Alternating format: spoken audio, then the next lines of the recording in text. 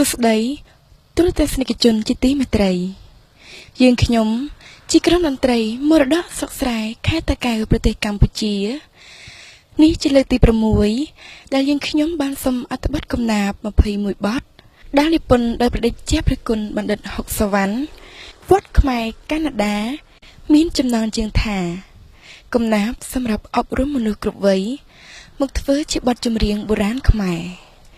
ដោយយល់ឃើញថាកំណាព្យទាំងនេះមានប្រយោជន៍សំខាន់ណាស់សម្រាប់អប់រំសីលធម៌សូមជូនបទថ្វាយផ្កាច្រៀងជាពួក